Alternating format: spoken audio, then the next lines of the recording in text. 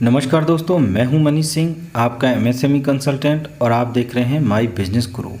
दोस्तों, आज का जो ये वीडियो है ये जैम के ऊपर है। जैम यानी कि गवर्नमेंट ई मार्केट प्लेस। इस वीडियो में आगे बढ़ने से पहले मैं आपको बता देता हूं कि आजकल सरकार ने जो पुरानी रिक्रूटमेंट प्रक्रिया थी उसको बंद कर दिया है लगभग सभी जगह पर, और जहां अभी बंद नहीं हुआ है तो आने वाले समय में वहां बंद हो जाएगा। और वहां हर तरीके से जो भी रिक्रूटमेंट किया जा रहा है, छोटी से छोटी बड़े से बड़े किसी भी सामान का और सर्विसेज का, वो जैम पोर्टल के माध्यम से ही किया जा रहा है।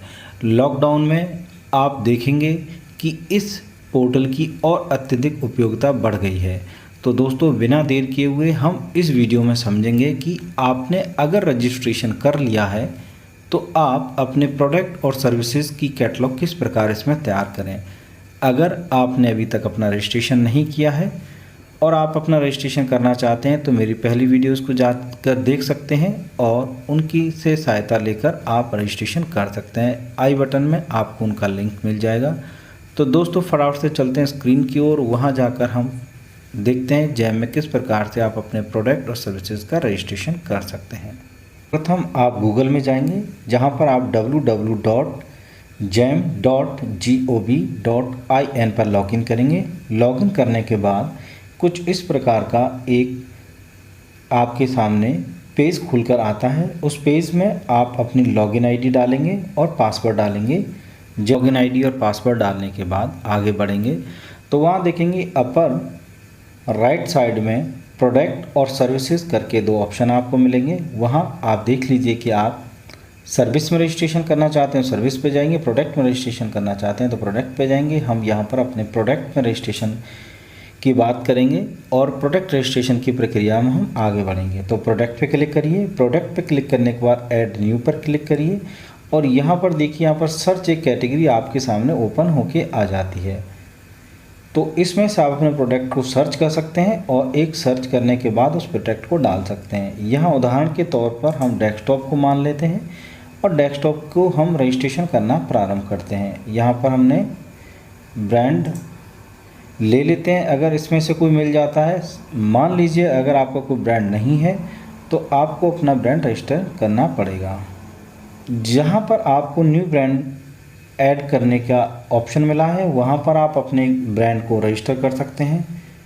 और रजिस्टर करने के बाद ध्यान रखें कि ये कुछ दिन के बाद ही आपका ब्रांड इस पर रजिस्टर होता है।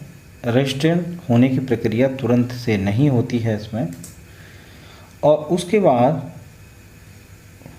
हम इसमें आगे चलते हैं और आगे चल के आप देखते हैं, हम यहाँ पर किसी ब्रांड का एक उदाहरण के तौर पर कंप्यूटर मान लेते हैं और उसको हम डाल देते हैं। उसके स्पेसिफिकेशंस डालते हैं और हम आगे बढ़ते हैं और उसके बाद सेव एंड प्रोसीड पर क्लिक करते हैं। उसकी और जितनी भी जानकारियां हैं उनको भरना शुरू करते हैं और आगे बढ़ना शुरू करते हैं। और अगर उनसे मिलता जुलता कोई सिस्टम अगर मार्केट में उपलब्ध है तो सिस्टम आपको उदाहरण के तौर पर दिखा देगा, उनमें से आप चयन करके आप आगे बढ़ सकते हैं। और अगर आपके प्रोडक्ट का स्पेसिफिकेशन अलग है तो आप यहाँ कैटलॉग इन्फॉर्मेशन में जाकर आप जानकारी भर सकते हैं कि क्या प्रोडक्ट का नाम रहेगा, क्या उसकी स्पेसिफिकेशंस रहेंगे। अगर आपका प्रोडक्ट किसी एजेंसी द्वारा प्रमाणित है तो आप यस पे क्लिक करें और उसकी जानकारी दें। अब आगे बढ़ने के लिए सेव और प्रोसीड बटन पर क्लिक करें। अब यहाँ इस स्क्रीन में आप देख सकते हैं कि आप कितने ऑफ़र क्वांटिटी कर सकते हैं। आप अगर प्रोडक्ट के OEM या ओरिजिनल इक्विपमेंट मैन्युफैक्चरर्स हैं तो आप वो डिटेल डालें। अगर आप ओरिजिनल इक्विपमेंट मैन्युफैक्चरर नहीं हैं, रिसेलर हैं, तो उसकी डिटेल डालें। लेकिन डेट है वो डालनी पड़ेगी और जो आपका ऑथराइजेशन है वो कब तक वैलिड है उसकी डिटेल आपको यहाँ पर डालनी पड़ेगी।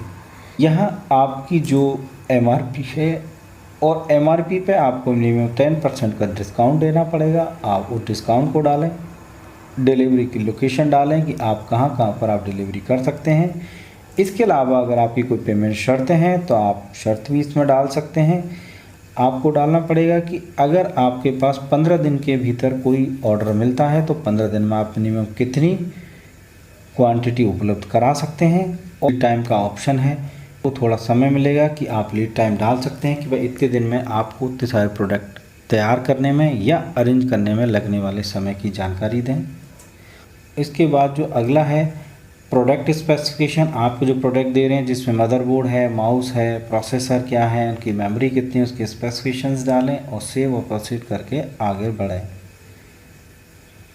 उसके बाद अपलोड इमेज का ऑप्शन आता है। मिनिमम आप 3 इमेज डाल सकते हैं। आपको एक बात ध्यान रखना होगा इमेज डालते समय कि किसी प्रकार का व्यक्तिगत जानकारी ना डालें, जैसे कि आपकी ऑर्गेनाइजेशन का नाम, आपकी शॉप का नाम या फ़ोन नंबर, किसी भी तरह की जानकारी ना डालें। उसके बाद आप इसको सेव करें। अब यहाँ पर आप जो रिव्यू कर सकते हैं टर्म एंड कंडीशंस का रिव्यू करने के बाद आप चेक बॉक्स को यस करें। यस करने के बाद आप यहाँ पर पब्लिश करें और पब्लिश करने के बाद